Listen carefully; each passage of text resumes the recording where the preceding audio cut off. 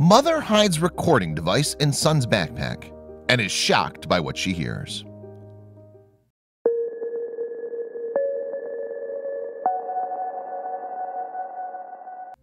Camden Davis's mother, Melissa Davis, wasn't sure what to do after her son's behavior took a turn for the worse. She reached out to her son's school to see if they knew why his attitude had changed, but no one she spoke to seemed to care. Then she decided to do a little investigating of her own, and what she uncovered left her stunned. Melissa Davis from Baton Rouge, Louisiana, was a married mother of 3 young boys. She loved her job because she got to work with mini horses that are trained to be therapy animals. But she had one family member who kept her very busy. Her then 12-year-old son, Camden, was autistic, so he kept her really busy. Naturally, she was very protective, so when he began to behave oddly, she started checking to see what was wrong.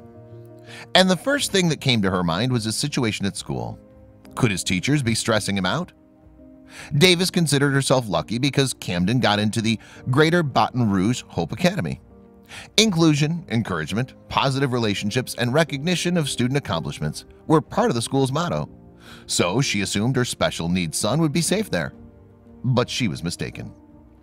The academy prided itself on their ability to teach students who had learning disabilities like autism, Asperger's syndrome, ADHD, Down syndrome, cognitive disabilities, and dyslexia. But something had gone terribly wrong with their capabilities to teach their students. Davis noticed unusual changes in Camden's attitude a few months into the school year. He was more anxious and aggressive than usual, and he started wetting the bed, which was something he'd stopped doing when he was 3. So she decided to talk to him about it. When she asked her son if anything was wrong, he wouldn't tell her, but she got the distinct impression that he was keeping something from her. And as a mom, she wasn't about to give up on him that easily, so she turned to the school for help. Davis suspected that her son's odd behavior had something to do with his new school, so she paid Hope Academy a visit and tried speaking with school officials, including the principal. But the school wasn't very accommodating, so she decided to take a different approach. Davis stuck a tape recorder inside Camden's backpack and sent him on his way one morning. She was hoping that the device would give her some clue as to what was really going on at school. But she had no idea that her heart would sink once she heard what was on the recorder. She realized that her measures were a bit desperate, but since the school didn't want to help her, she didn't have any other choice. As soon as Camden came home, she was eager to hear what was on the recording. But curiosity turned to concern and then outrage. After she heard what was on the tape, she started shaking profusely. Davis had made the assumption that students were bullying her son, which is sadly not an uncommon occurrence in schools these days. It turns out that she was only half right. Camden was being bullied, but not by the students. The recording showed that it was the adults at the school who were making fun of the way students spoke.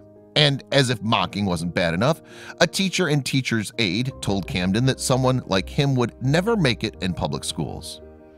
In that moment, Davis felt like she was about to explode. "I just wanted to cry, scream, and do everything I could because it was so bad," she told WBRZ. "To think that I had sent my son there every day and what had happened before that I didn't know about." But she wasn't about to let them get away with it. She turned to the media as well as social media for help. She even hired a lawyer to pursue legal actions. And attorney Charlotte McGahee took actions that shook the foundation of Hope Academy to its core. But the school claimed that Davis didn't come to them first. Hope Academy principal Linda Stone addressed the allegations in a statement and claimed that Davis had refused to meet with school officials to talk about how to handle the situation. In fact, Stone claimed that she only learned about the incident after the recordings were uploaded online. The Academy's officials were alerted to Davis's recording posted on social media on March 23, 2018, and they immediately took actions to remedy the situation. This led to the eventual termination of 2 teachers. But Davis's attorney wasn't done yet. "One of the worst possible things you can do is take advantage of the infirm or a disadvantaged child," McGahee told WBRZ. "They need the extra protection, and he didn't get it. When I heard the treatment of this child through the recording his mother made, I was horrified." But McGahee and Davis were determined to ensure this never happened to another student again. Davis shared the audio clips in the hopes of alerting other parents to be on the lookout for similar warning signs in their special needs children that might indicate a similar situation. and the school board's president assured everyone that things would change. Board President Brandon Black sat down with parents to discuss ways they plan to prevent what happened to Camden from ever happening again. Some of the ideas discussed included finding money in the budget to add cameras in the school, but this wasn't enough to tame one father's anger. Aiden Reynolds, whose son is autistic, was stunned by Davis's recording. "The father in me was outraged, profoundly disappointed," Reynolds told WBRZ. "I was angry. The lawyer in me was, how did they let this happen? How are they screening these teachers? Are they providing them with any support or sensitivity training?"